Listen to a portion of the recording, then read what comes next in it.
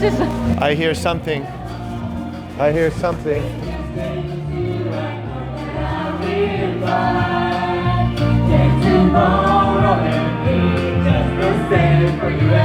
This is it.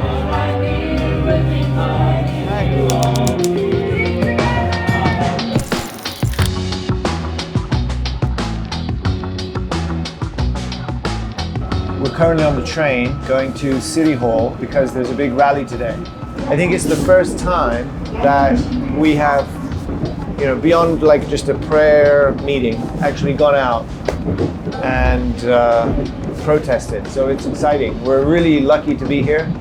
As you all know from America, we've been shouting as loud as we can, as early as we can, and but there's only so much we can do unless Korea stands up. So this is exciting. I'm excited to see.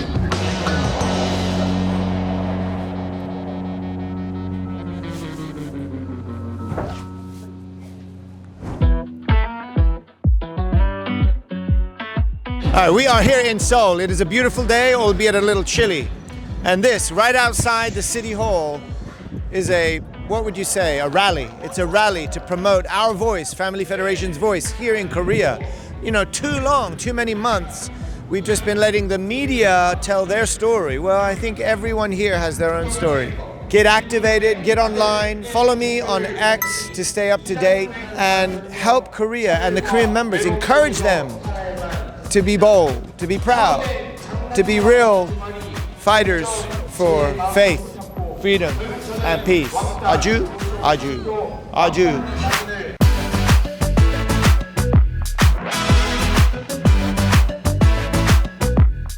For several months, we've been quiet. We were asked to be quiet, actually. The members were asked to be quiet. The leaders were asked to be quiet. But this is us coming out, singing, speaking, listening to one another, to find our voice, because I really don't like the idea of staying in a small bubble or standing outside and just making my imagination of what's inside the bubble. I think this kind of thing today is good. You think the church has to be more open to the public? Yeah, actually, if you get to know me, Kyle, that's like my life mission. I see. Because I was raised outside the church, and I saw all of the misunderstanding outside the church. So when I came as an adult back inside the church, I can understand both sides. So I really don't like the idea of staying in a small bubble or standing outside and just making my imagination of what's inside the bubble. So I think the biggest misunderstanding is lack of relationship.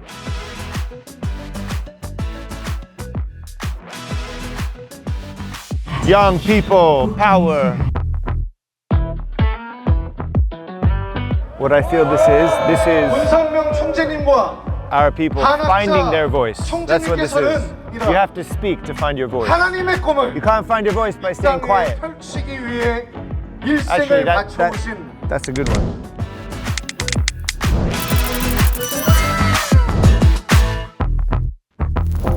Dr. Han is a world leader for peace.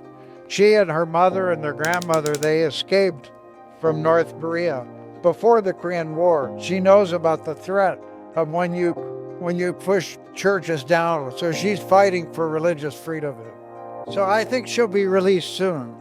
I think she's innocent, totally innocent. But just like this rally, she's so loving. That's why President Trump spoke at her rally, and also so did President Goodluck Jonathan from Africa, and also Secretary General Ban Ki-moon came to the rallies for Dr. Han because it's peaceful. It respects all religions, it respects all nations. So even enemy countries come together when she calls conferences. There's no greater identity than one family under heaven. And all we're trying to do is encourage people towards that realization. The honest truth of it is that even we ourselves get it wrong pretty much every day. Don't beat yourself up. It's not easy. It takes time because it's been thousands of years of thinking that we're each other's enemy. But Mother, the Mother of Peace, who's now sitting crouched in a tiny cell, but with such a bright and clear spirit, bright and clear mind, and she's longing for, praying for, living for, sacrificing for the same thing that everybody's hoping for. And then there's nothing to be afraid of if you're God's daughter, you're God's son.